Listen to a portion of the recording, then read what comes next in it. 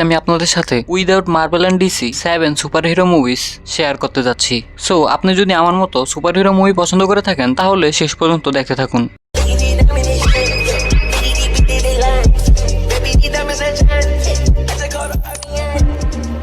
আমাদের প্রথম মুভি হচ্ছে লাকি, যেটা 2014-তে এসেছিল, যেখানে মার্বেলের ব্ল্যাক উইডো প্লে করা অ্যাক্টর স্কারলেট জোহানসনকে দেখতে পাবেন, যে একদিন ড্রাগ ডিলিং এর চক্করে ফেসে যায়। দেন ড্রাগ ডিলাররা তার সাথে এমন কিছু করে ফেলে যার কারণে তার ভিতরে সুপার পাওয়ার এসে পড়ে। এখন ওই পাওয়ার্স কিভাবে ইউজ করে আর কিভাবে পাওয়ার তার মধ্যে আসলো তা জানতে হলে আমাদের মুভি দেখতে হবে। মুভি অনেক জোশ ছিল। মুভিতে তার পাওয়ার্স আর এবিলিটি দেখানোর ধরন অন্যরকম ছিল। দেন হচ্ছে হ্যাংকক, যেটা 2008-এ এসেছিল। আর এই মুভিতে আমরা উইল স্মিথকে একটা সুপারহিরো ক্যারেক্টারে দেখতে পাবো। যখনই সে কারো হেল্প করতে যায়, হেল্প তো হয় না, উল্টো সে তাদের কাজকে আরো বিগড়ে দেয়, যার কারণে সে যদি কাউকে বাঁচাতে যায় তাহলে তার বদলে সে কোটি কোটি টাকার লস করে আসে। আর এই জন্য সবাই তাকে অপছন্দ করা শুরু করে। কিন্তু হঠাৎ সে এমন কিছু করে ফেলে, সে সবার নজরে হিরো হয়ে যায়। সো মুভিতে ভরপুর অ্যাকশন দেখতে পাবেন। এন্ড তার পাওয়ার্স এবিলিটি সেটা আসলে দেখার মতো ছিল। আর মুভিতে তার পাওয়ার্স এতই বেশি দেখানো হয়েছে, আপনি মার্বেলের ক্যারেক্টারদের সাথে তার তুলনা করতে পারবেন। আমাদের পরবর্তী মুভি লিমিটলেস। এই মুভিতে একজন লোককে দেখায় সে কোনো কাজের তো হয়ই না, বরং স্বপ্ন দেখে অনেক বড় বড়। তখন তার এক বন্ধু তার কাছে আসে আর তাকে একটা ওষুধ টাইপের কিছু দেয়, যেটা খেয়ে সে এক রাতে সুপার হিউম্যান হয়ে যায়। সো সে এই পাওয়ার্স দিয়ে কি করে তা জানতে হলে আমাদের মুভি দেখতে হবে। Next movie jumper. এখানে আমরা একটা কলেজ স্টুডেন্টকে দেখতে পাই যার কাছে একদিন হঠাৎ টেলিপোর্টেশন করার পাওয়ার্স এসে পড়ে। সো সে এই পাওয়ার্স কিভাবে ইউজ করে তা জানতে আমাদের মুভি দেখতে হবে।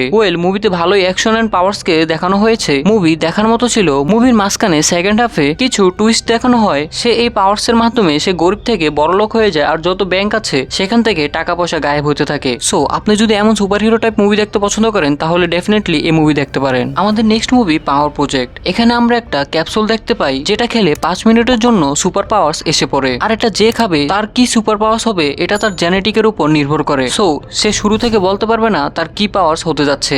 এই ক্যাপসুল কিছু খারাপ মানুষদের হাতে পড়ে যায় এন্ড তারা ব্ল্যাক মার্কেটে সেল করা শুরু করে দেয়। আর তার মাধ্যমে ক্রিমিনালসরা সুযোগ পেয়ে যায় এটা ব্যবহার করার। আর এটা ব্যবহার করে 5 মিনিটের মধ্যে তারা অনেক বড় বড় কাজ সম্পন্ন করে ফেলে। সো কি এই ক্যাপসুল, আর এই ক্যাপসুলের কি সাইড এফেক্ট আছে, কিভাবে তাদেরকে থামাবে, তাদের কি আদৌ থামাতে পারবে, তো এসব জানতে হলে আমাদের মুভি দেখতে হবে। Next movie Ninja turtle.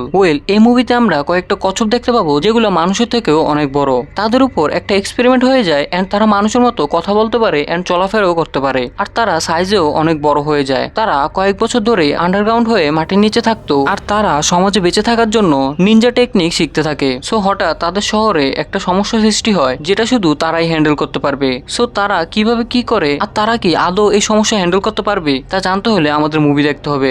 মুভিতে অ্যাকশন সিনস থেকে সিনেমাটোগ্রাফি দেখার মতো ছিল। এই মুভি যদি আপনার ভালো লেগে থাকে তাহলে এর নেক্সট পার্টও দেখতে পারেন। Next movie Chronicle. এই মুভি 2012-তে এসেছিল। মুভিতে 3 বন্ধু দেখানো হয় যারা একদিন ঘুরতে থাকে। দেন তারা মাটিতে অনেক বড় হোল দেখতে পায়। তার ভিতরে যাওয়ার পর সেখানে একটা নীল আলোর মতো দেখানো হয়। আর সেই নীল রঙের আলোর জন্যই তাদের ভিতরে কিছু সুপার পাওয়ার্স এসে পড়ে এন্ড তাদের মধ্যে এমন কিছু পাওয়ার চলে আসে যে তারা মাইন্ড দিয়ে কোনো কিছু না ছুঁয়েই যে কোনো কিছু এদিক সেদিক করতে পারে। তাদের 3 জনের কাছে 3 ধরনের পাওয়ার এসে পড়ে। সো তারা মনে করে তাদের লাইফ এখন আরো বেটার হয়ে গিয়েছে, বাট তারা যে পাওয়ার্স ইউজ করে সেটার কিছু সাইড এফেক্টস এর কারণে তাদের মধ্যে সমস্যা তৈরি হয়। এখন কি এই সমস্যা হয়, কিভাবে তাদের কাহিনী আগে বাড়ে, এটা তো আপনি মুভি দেখলে বুঝতে পারবেন। কিন্তু মুভির স্টোরি টেলিং থেকে শুরু করে এদের পাওয়ার্স এবিলিটি দেখানোর সিনস গুলো আসলে জোশ ছিল। আর মুভিতে সুপার পাওয়ারের একটা ডার্ক সাইড দেখানো হয় যেটা আসলে অন্য সুপারহিরো মুভি থেকে ডিফারেন্ট বানায়। সো এই ছিল ভিডিও। যদি ভিডিওটি ভালো লেগে থাকে তাহলে লাইক এন্ড সাবস্ক্রাইব করতে পারেন এন্ড গুড বাই, টাটা।